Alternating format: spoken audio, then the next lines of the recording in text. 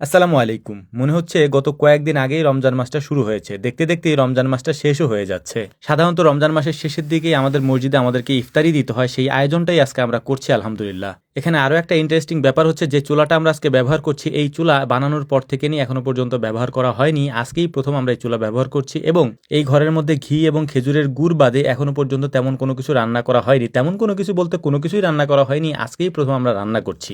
আজকে যে আমরা রান্না করব তার সম্পূর্ণটাই আমরা সরিষার তেল দিয়ে রান্না করব। আপনারা জানেন যে সরিষার তেল আমরা নিজেরাই উৎপাদন করে থাকি, যেটা আমরা আপনাদেরকে দিয়ে থাকি। ওই সরিষার তেলটা দিয়ে আমরা রান্না করে থাকি। নতুন এই সিজনের সরিষা দিয়ে তেল তৈরি করে আজকে আমরা ইফতারের জন্য কি কি রান্না করছি সেটা আমি আপনাদেরকে আগে জানিয়ে দিচ্ছি, তারপর বাকি কথা আপনাদেরকে বলবো ইনশাআল্লাহ।